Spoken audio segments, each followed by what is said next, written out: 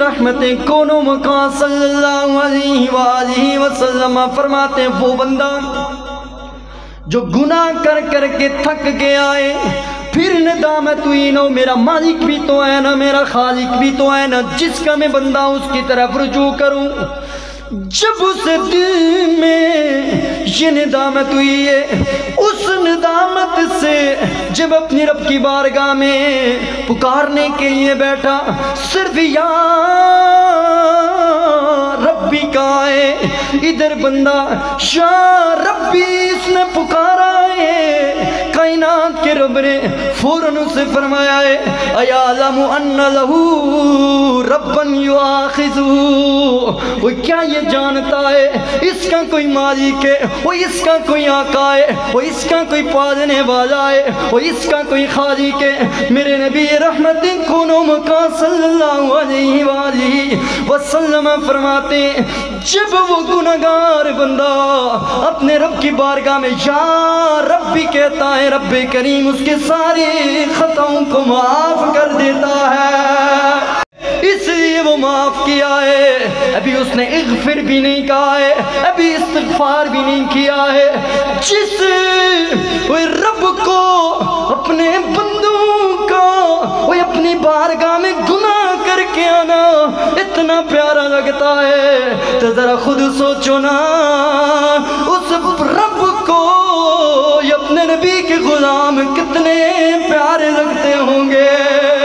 کہہ دیتے ہیں سبحان اللہ، کبھی جو اللہ اکبر کہتے ہیں، کبھی کبھی جوش میں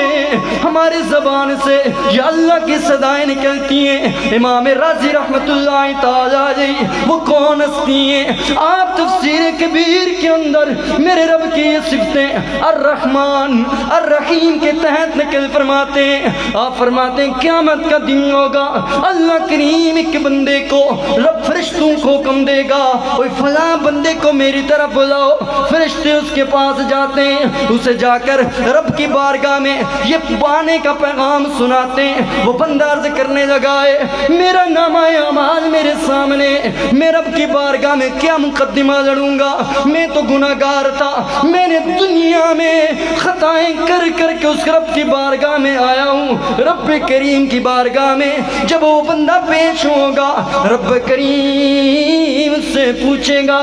اے بندے بتا تو کیا لے کر آیا ہے؟ عرض کرے گا بندہ میرے مالک میں نے گناہ کیے، میں نے خطائیں کیے، میں نے تیری نافرمانیوں میں زندگی بسر کی ہے۔ خالق کریم کی طرف سے جواب آئے گا ہو میرے بندے میں نے تجھے بخش دیا ہے، آج میں نے تیرے لیے جنت کے پروانے کا حکم جاری کر دیا ہے۔ بندہ عرض کرے گا او میرے مالک میں نے تو تیری بارگاہ میں کوئی ایک عمل بھی ایسا نہیں کیا تھا جس سے میں کہہ سکوں تو میری مغفرت کر دے۔ میرے رب نے اور میرا رب فرمائے گا اما تذکر اللیل، وہ اس رات کو تو بھول گیا ہے، اس رات کو تو یاد کر، وہ جس وقت رات کو سوتے ہوئے جب تو نے کروٹ بدلی تھی، کروٹ بدلتے وقت تو نے اللہ کہا تھا، جب تو نے وہ کروٹ کو بدلتے وقت وہ تیری زبان سے اللہ میرا نام نکلا تھا، بس تیرا وہ یہ نام نکلنا مجھے اتنا پسند آیا، مجھے اتنا پیارا لگا، بس میں نے اس تیرے ایک اللہ کہنے پر تیری ساری خطاؤں کو معاف کر دیا ہے۔ اسی لیے تو بابا بھلے شاہ بولے نا کہ رحمت دا دریا الہی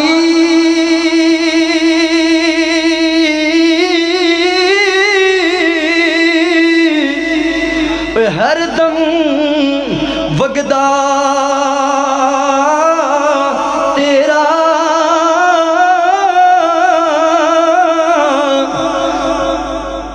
جیک قطرہ جیک قطرہ بخشے میں نو کم بن جاوے میرا،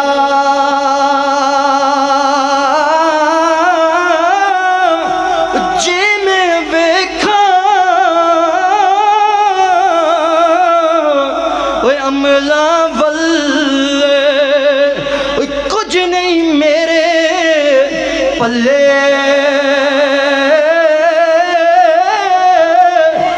جے میں ویکھا رحمت بلے تو پھر بلے بلے بلے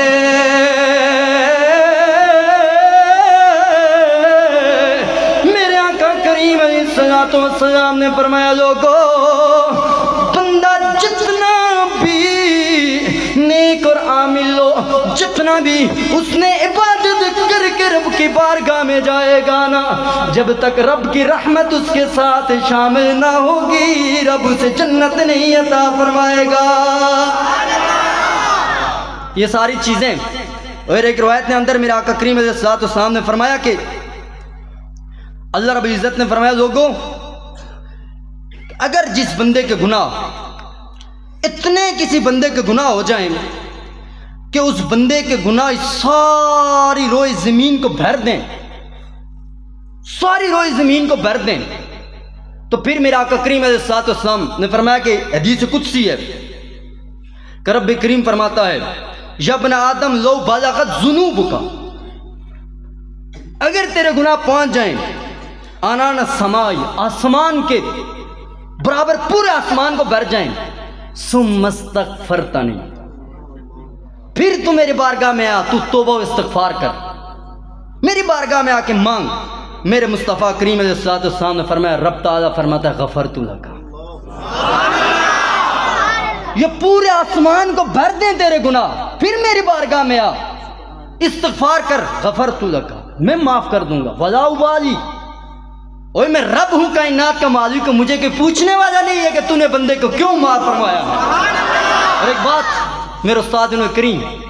سیدی آقائی پیر سید حسین الدین شاہ صاحب متانا لوبی تو یہ فرماتے ہیں رب تعالیٰ تو اپنے نبی کے غلاموں کی بخشش کے بہانے ڈھونڈتا ہے